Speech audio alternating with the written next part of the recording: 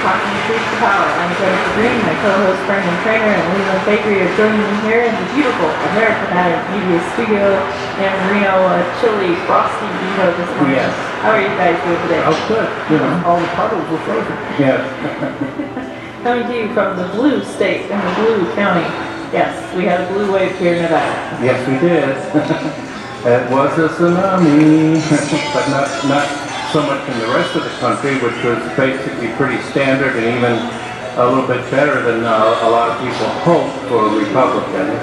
Yes, and as Brendan described it as a blue trickle in the U.S., but a blue wave here in Nevada. I think we have the Californication continuing Yes. in this state, sadly. Yeah, it was quite a nightmare. I called it the nightmare in Nevada because when I went to sleep, things got pretty good.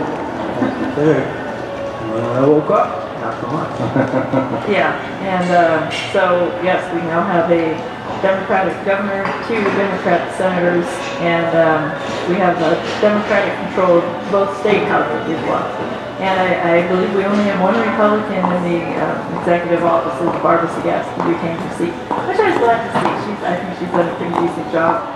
Sad though that Ron Knecht is no longer our controller. Yes. He did a great job, and he will be missed. Especially, there will be no one to stand up against the onslaught of Democratic policies at our state house. It's going to be scary. It's going to be scary for a couple of years. Yeah. But the quality of the Republican candidates had a lot to do with their defeat. I'm speaking of Power and Lacy J. Yes.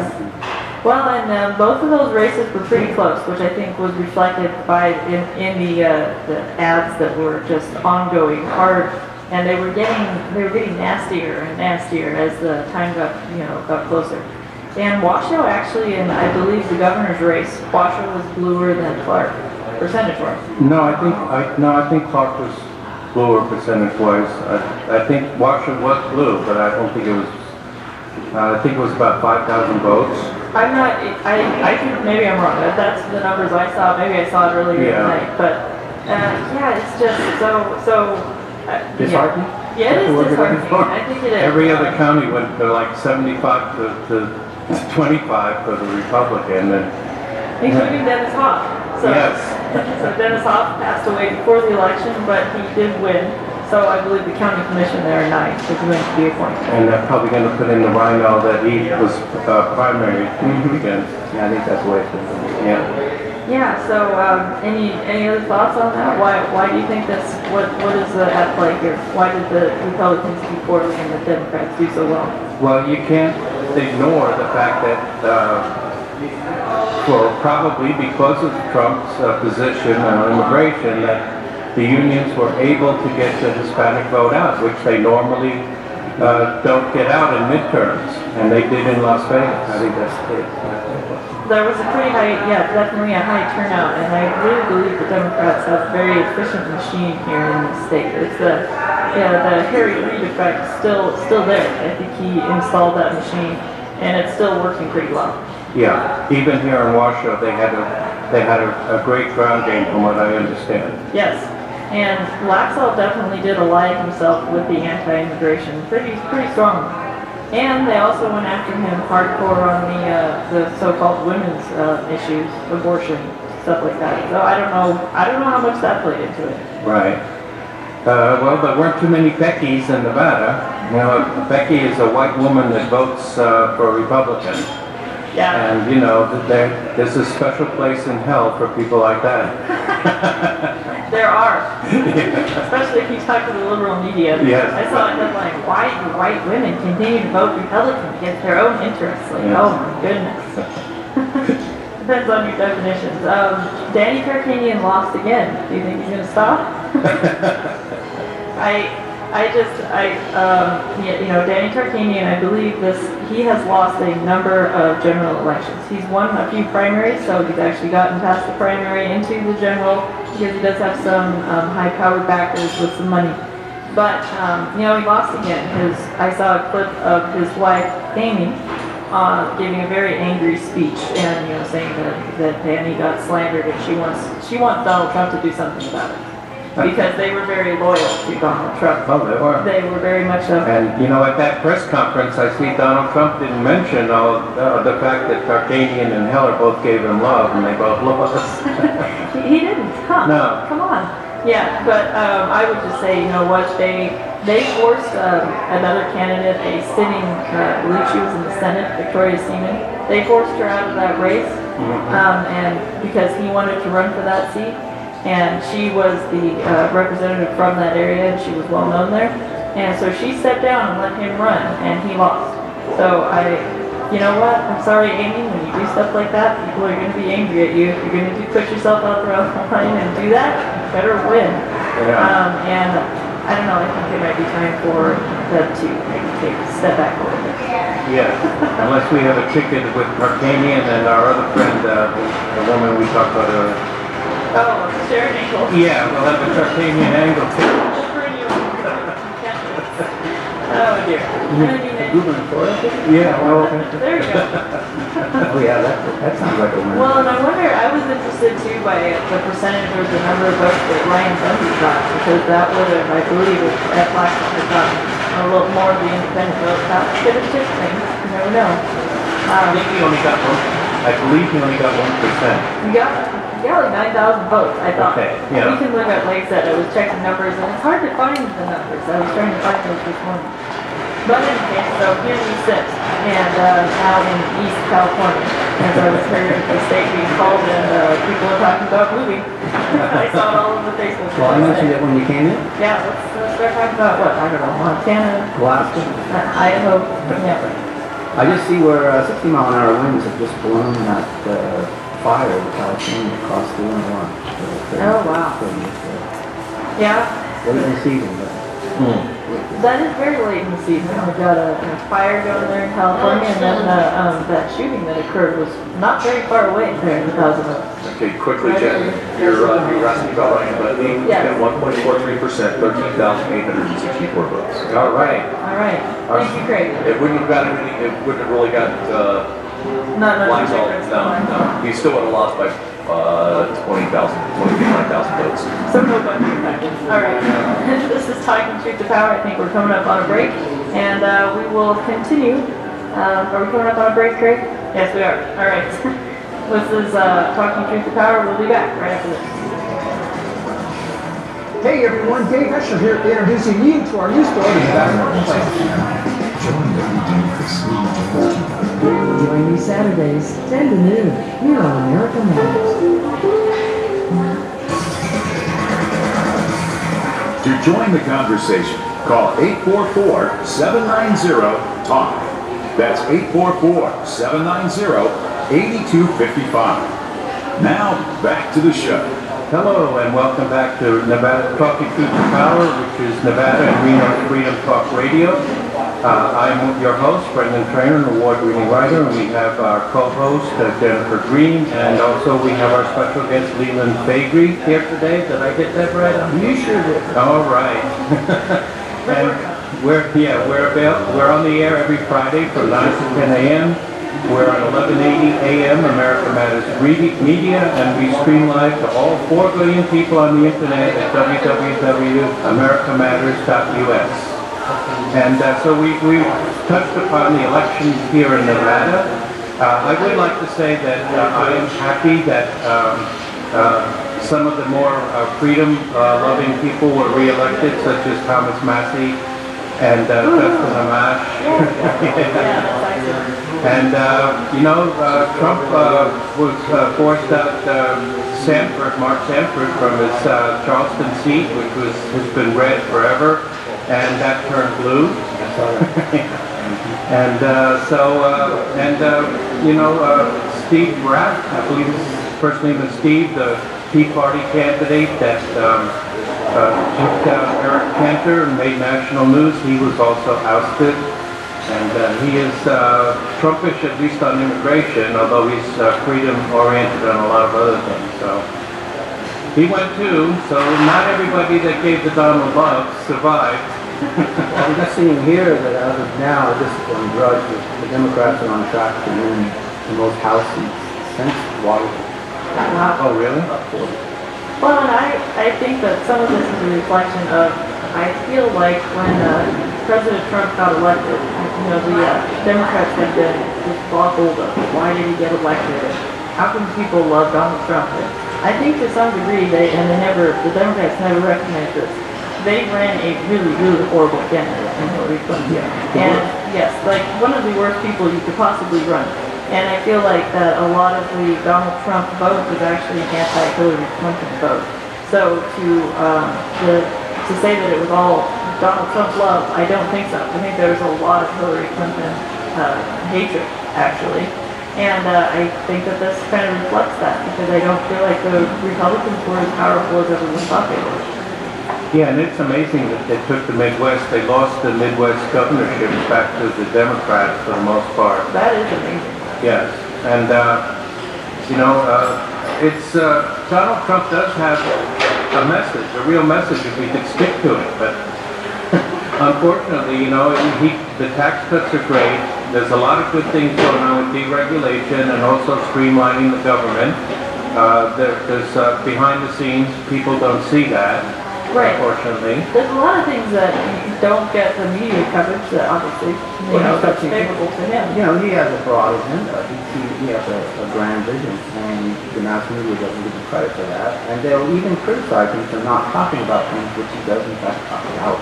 Yes, and all they will cover is the stuff like getting in arguments with the reporter. As soon as now, And that's the big news that you hear about, is he got in a shouting match with the reporter from, I think it was at CNN. Yes, Jim Acosta. I don't know what took him so long with that guy. I mean, I would have had him out of there months ago.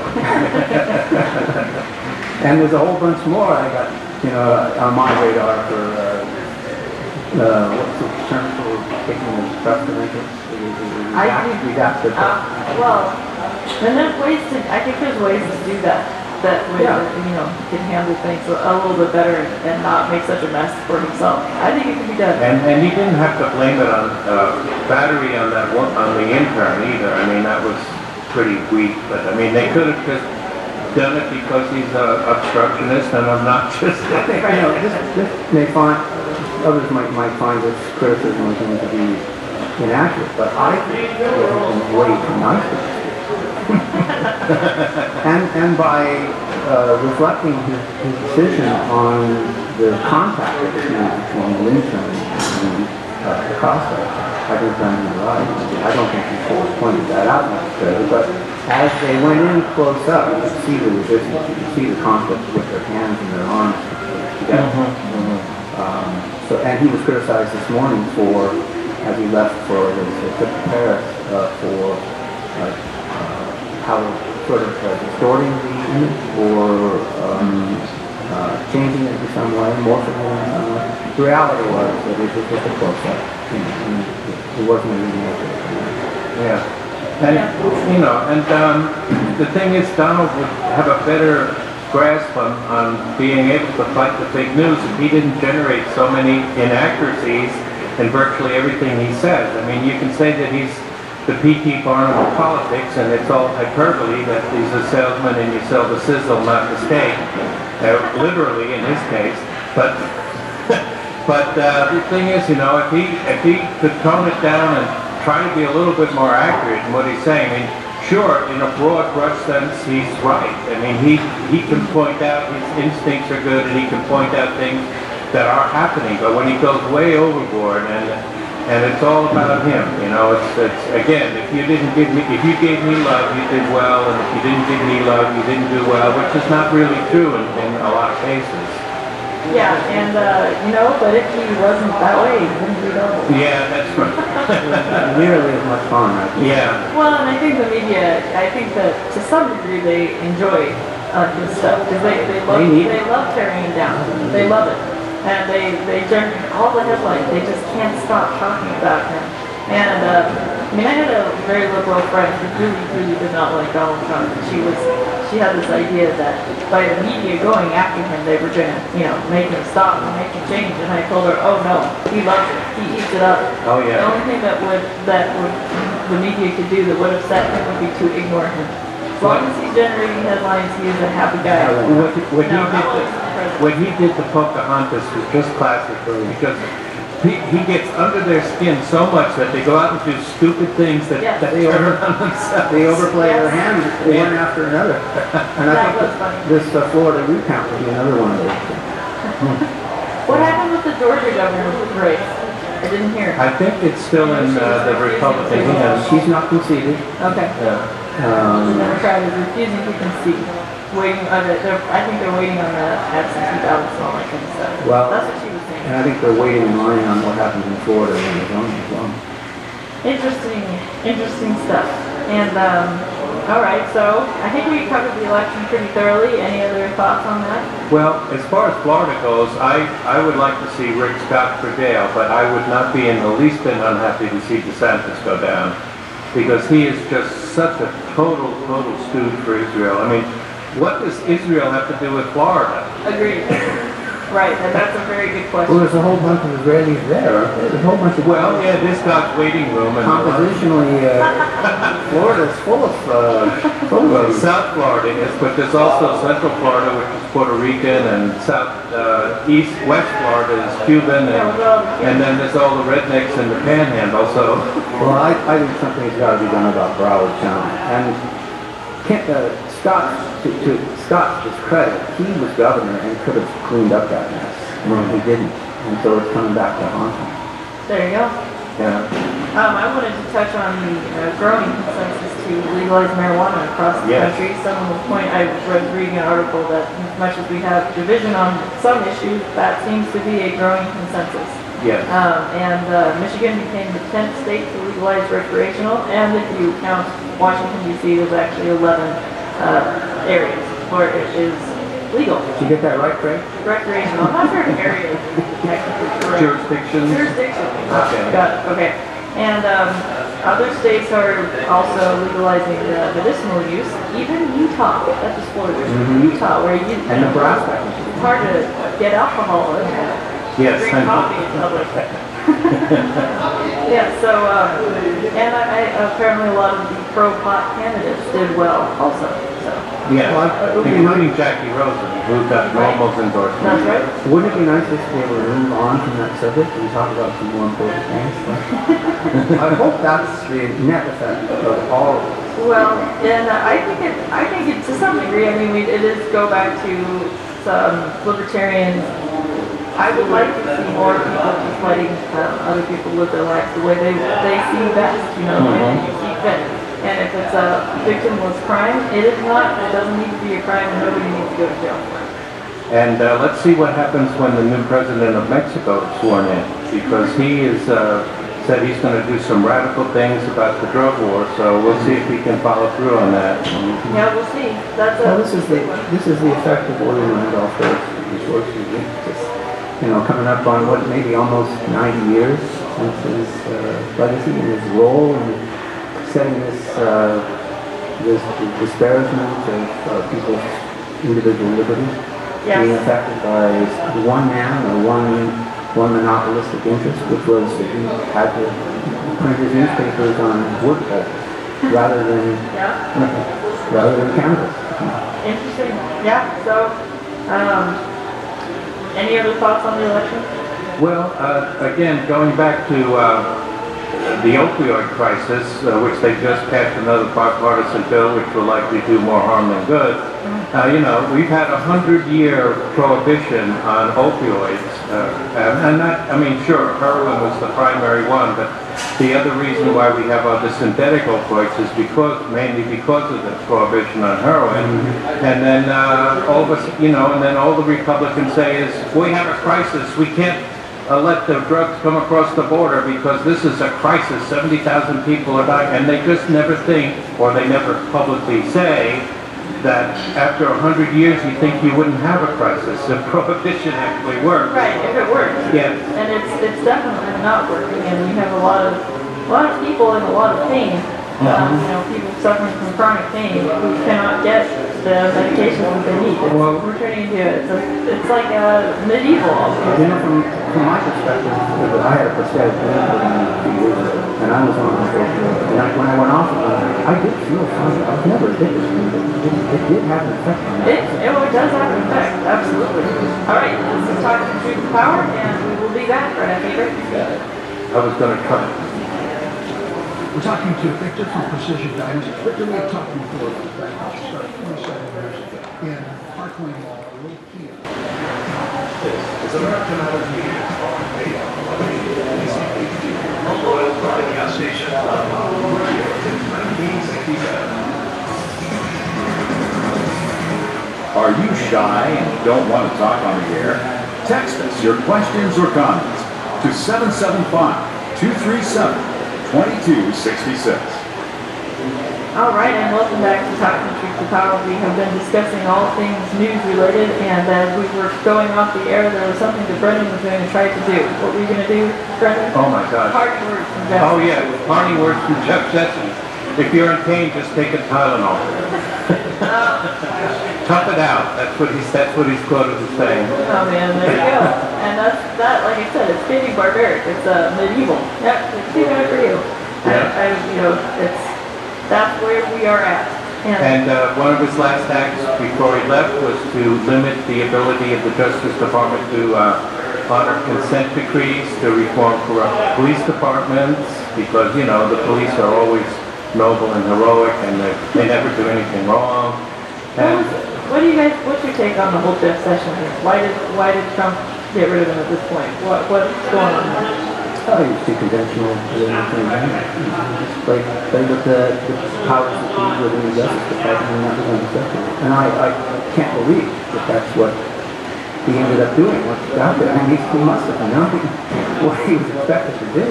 well, of course, the main sticking point that he complained about all the time is he recused himself from the Russiagate investigation. And he apparently recused himself via a statute that was inaccurate. He recused himself on an inaccurate statute, according to Greg Gerald from Fox News, so he was quoted on this.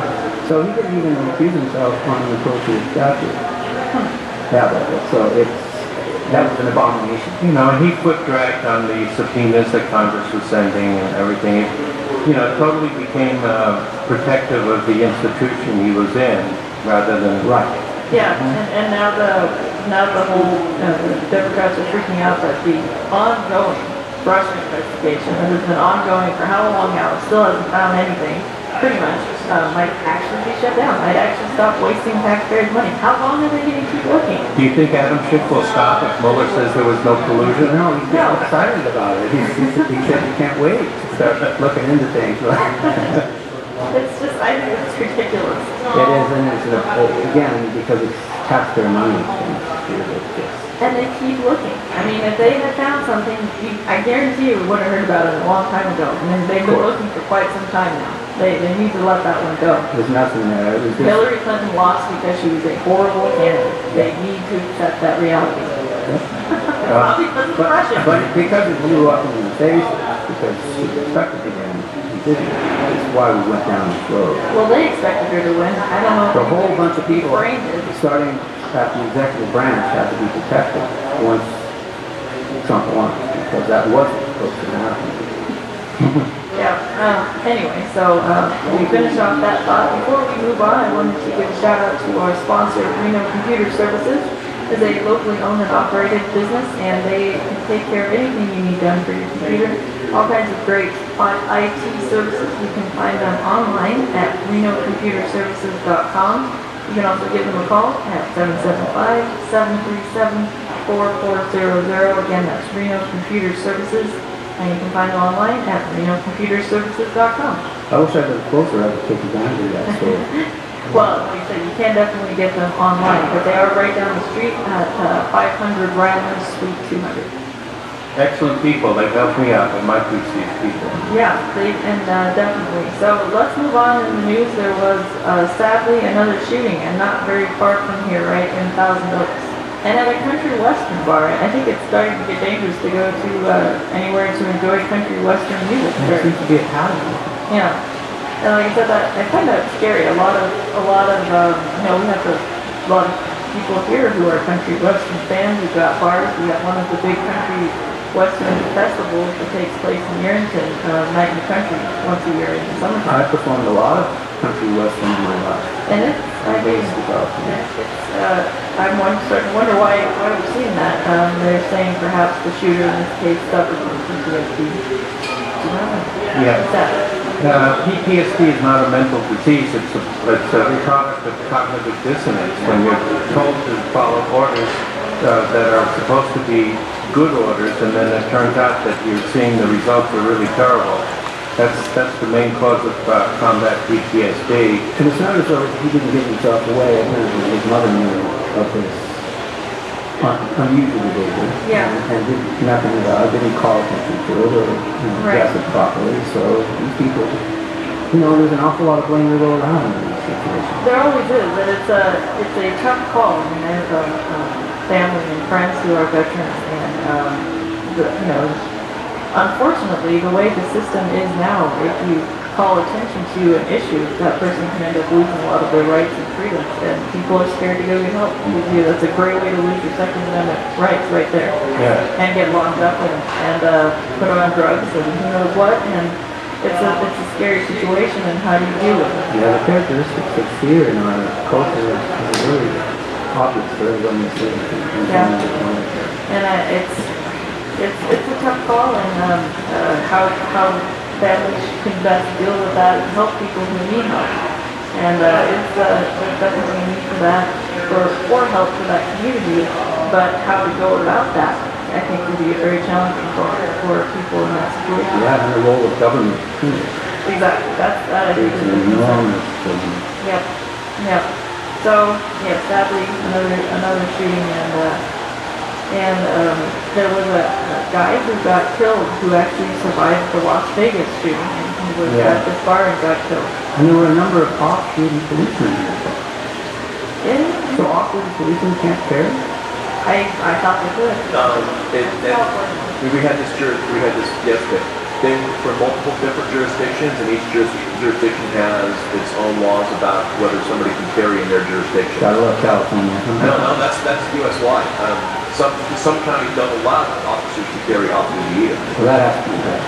Clearly that has to be addressed. Same with pilots. Pilots should be allowed to carry.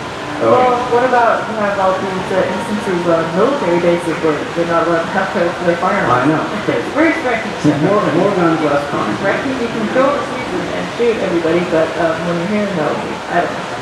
But you shouldn't expect college kids to have a gun in the bar. That would be just terrible. Oh, man. One of the comments was also says, well, why wasn't the guard at the door? Well, he wasn't a guard, he's a bouncer. All he's responsible for is checking legal age of IDs. Right. He's not responsible for, there's more security when you go to a concert like at the Reno Event Center downtown, where they pat you down and go through your purse and make sure you don't have, nobody has a weapon, not even a fingernail file. Right. Which they do go through your bags. Right. And It's wonderful free country. Yeah. Anyway, so that happened. That, and I don't know what I would go back to. I feel like everyone, sadly, it's a sad and scary reality that you are responsible for your own safety, and there's no amount of, I don't believe there's any amount of security or police officers that are going to be able to keep everybody safe all the time, everywhere. And that's why, the Democrats maybe don't understand why white women vote Republican.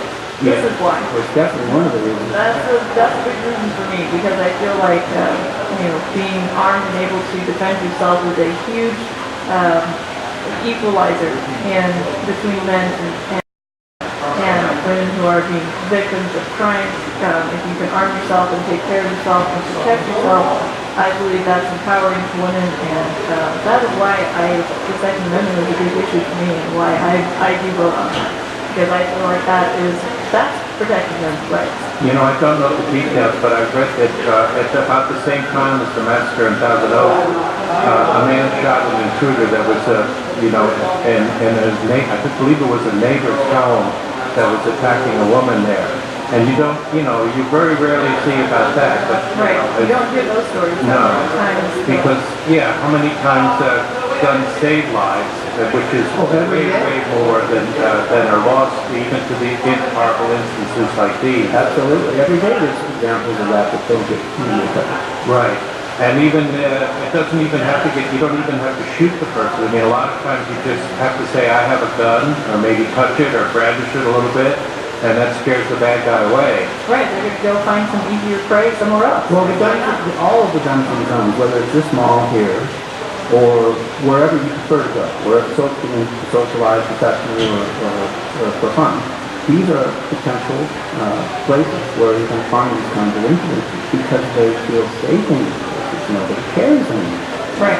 More so here in Nevada than other places. But seriously, we're going to have to get smart for that because that's the only way we're going to be able to deter a lot of this crime. That's exactly right. The gun-free zones are victim zones. Churches, schools, malls. Malls, a lot of stores. And now restaurants and bars. Well, I mean, if you look at it from the perspective of a shooter, that's where you're going to go. Yeah. If you want to cause maximum damage, because you know there's someone carrying who's going to take you down. Yep. Unfortunately, I mean, it's a very sad reality, and I guess, you know, the Democrats go, oh man, it's like old wild west, and everybody's shooting everybody. But I'm sorry, that is to some degree the reality of the world we live in. You can't live in a bubble and hope that nothing bad ever happens to us.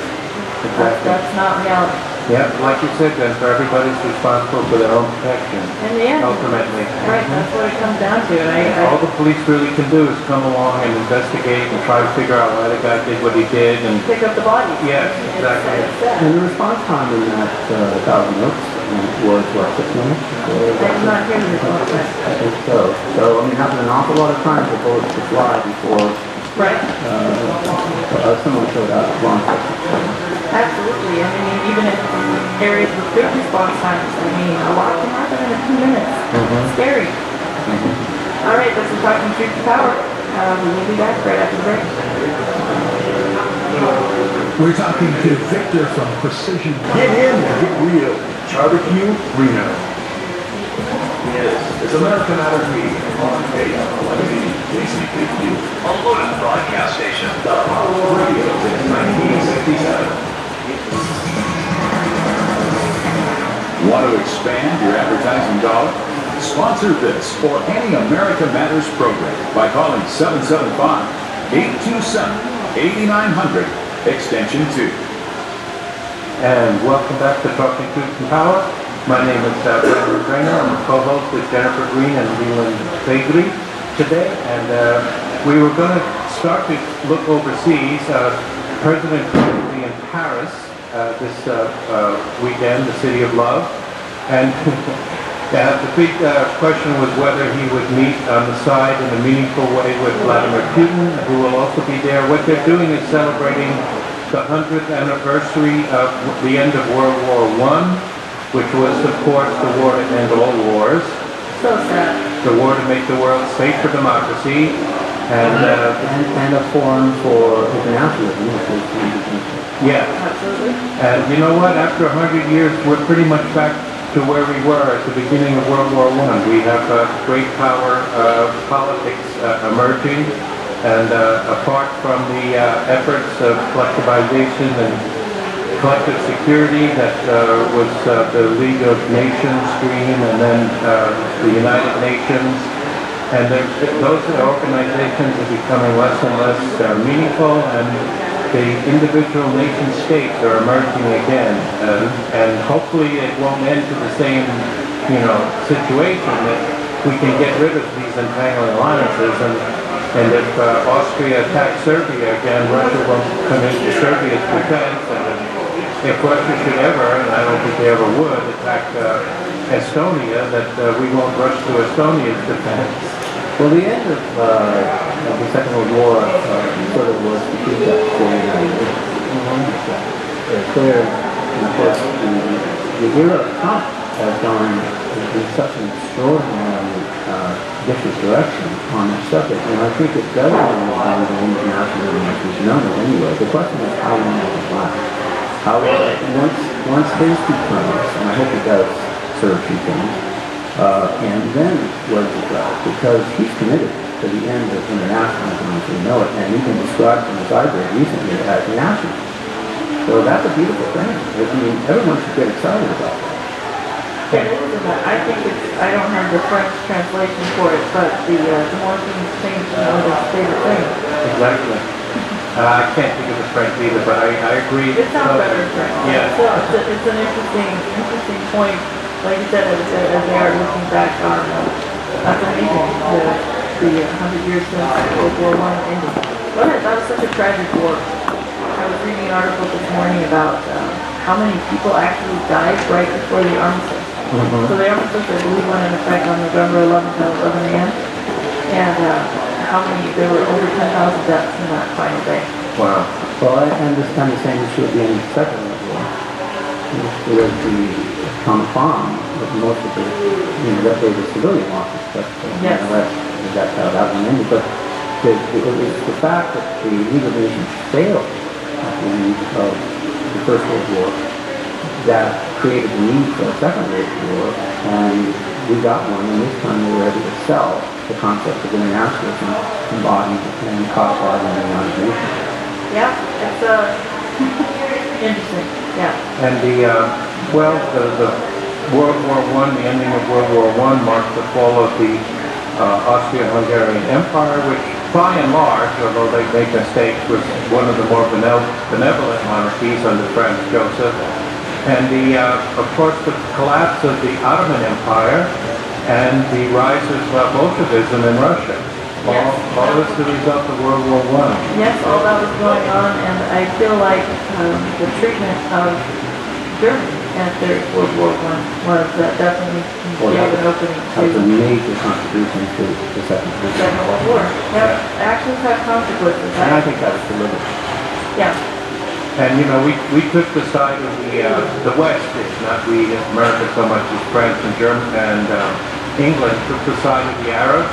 If you watch Lawrence of Arabia, a pretty good movie, we encouraged the Arabs to attack the Ottoman Empire, and then which was an evil empire, but then we ignored or subjugated the Persians, and we promised Palestine to both the Arabs and the Jews. That created some problems. Yes, it did. These globalists have been creating a lot of mischief for a long time. That is exactly right. And you can see their evil handprints everywhere. They want world government, so they have to play every reason for its potential to facilitate that end. Yeah, and a lot of really bloody conflicts have resulted in the Middle East is just one of those. Absolutely. Perhaps the other is one. Yeah, yeah. Well, Africa's been pretty good too. A lot of borders drawn very arbitrarily there by Western power. Colonial time. Yeah. Yeah, I was reading the movie about Queen is coming out, and Freddie Mercury was an aristocratic Indian. Yeah, he was born.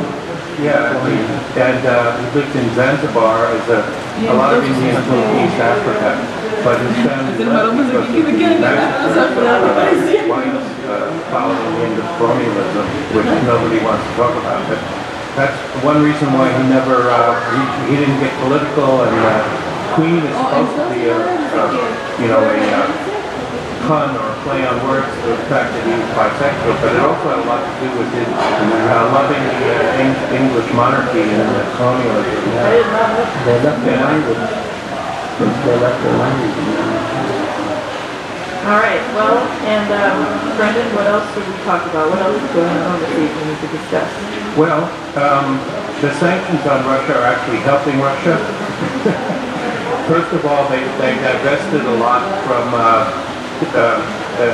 the military and oil into agriculture, and they're now a big agricultural country. But a lot of these sanctions are on Russian oligarchs, and so a lot of them are coming back to Russia, and they're bringing their billions with them. And sanctions don't often work, and it looks like sanctions may not work.